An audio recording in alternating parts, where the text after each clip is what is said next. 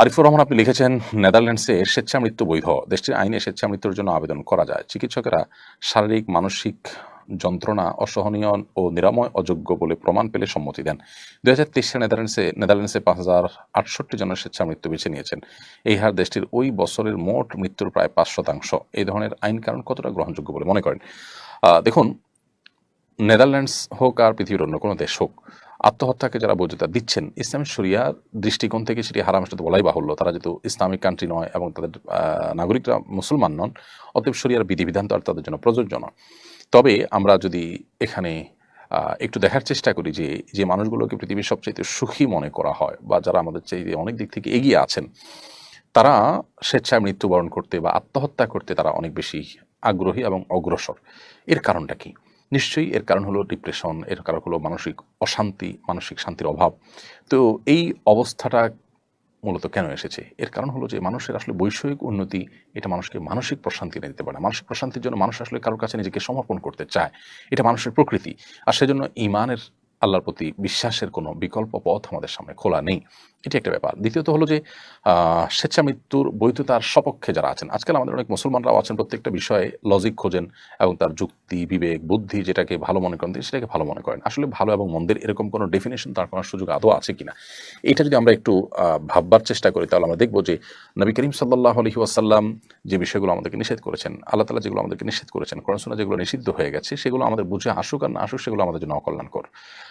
অনেক কিছু আছে ইসলামের যেগুলো নিষিদ্ধ ছিল, সেগুলোর অকল্যাণকারিতা, সেগুলোর ক্ষতি কেন নিষেধ করা হয়েছে, কোন ক্ষতির ভিত্তিতে নিষেধ করা হয়েছে এটা মানুষ বুঝতো না। কিন্তু একটা সময় দুনিয়াতে মানুষ সেগুলো নিয়ে গবেষণা করেছেন বা অন্য কোনো গবেষণা প্রসঙ্গে সেটা প্রমাণিত হয়ে গেছে যে সেই নিষিদ্ধটা যথার্থ এবং মানুষের জন্য সেই নিষিদ্ধটা লঙ্ঘন করার ভিতরে কোনো কল্যাণ নেই। অতএব আত্মহত্যার বিষয়টাও এরকমই। এর বাইরে এর মধ্যে কোনো কল্যাণকারিতা থাকতে পারে না। যারা মনে করছেন যে একজন মানুষের জীবন তার, অতএব জীবন রাখবেন কি রাখবেন না এটা একান্ত তার ব্যাপার। আমরা যদি বলি যে এটা একান্ত কারোর নিজস্ব ব্যাপার হয় তাহলে মানুষের জন্মগ্রহণ করা, মানুষের বেঁচে থাকাটা কি মানুষের আসলে তার হাতে? এটা কার হাতে? নিশ্চয়ই এক মানে কেউ না কেউ এটা নিয়ন্ত্রণ করছেন। যিনি এটা নিয়ন্ত্রণ করছেন আমরা মুসলমানরা মনে করি তিনি মহান আল্লাহ। তারই একজন মানুষের জীবন কখন অবসান হবে না হবে সেই ডিসিশন নেওয়ার একমাত্র এখতিয়ার আছে। যেটা আপনি নিজে দিতে পারবেন না সেটা আপনি নেন কোন যুক্তি দিয়ে? এখন কেউ বলবেন যে এটা একান্ত তার ব্যাপার, এখানে কারোর কোনো say চলবে না। তো এইটা তো ওই ব্যক্তি বলতে পারেন যিনি কোনো সৃষ্টিকর্তা বিশ্বাসী নন অথবা যিনি মনে করেন যে সবকিছু এমনি, এমনি হয়ে গেছে। যিনি মনে করেন যে আল্লাহর সামনে কাউকে যেতে হবে না, যিনি পরকালে বিশ্বাস করেন না। আ এটা একটা ব্যাপার। আরেকটা বিষয় হলো যে আ অনেক কিছু আমাদের কাছে আজকাল খুব যৌক্তিক মনে হচ্ছে যেটা হয়তো অনেক আগে যৌক্তিক ছিল না। এরকম বহু এক্সাম্পল দেওয়া যাবে যে এক্সাম্পল গুলো দিনের আলো মতো পরিষ্কার করে দিবে আমাদের কাছে।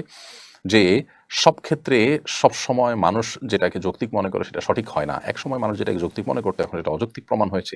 এখন যেটাকে যৌক্তিক মনে করছে মানুষ একটা সময় এটা অযৌক্তিক মনে করবে। এজন্য মানুষের যুক্তি অযুক্তি বিবেচনা করে আসলে সত্য অসত্য বা সঠিক বা ভুল এটা নিরূপণ করার কোনো সুযোগ নেই। বিধায় ইসলাম শরীয়তের দৃষ্টিকোণ থেকে এগুলো অন্যায় এবং অন্যায্য কাজ এবং গুনাহের কথা কোনো অবস্থাতেই এটার কোনো সুযোগ নেই। আর এভাবে তারা একের পর এক স্বেচ্ছা মৃত্যু বা আত্মহত্যার পথে পা বাড়ানোটা প্রমাণ করে যে তারা আসলে মানসিকভাবে শান্তিতে নেই।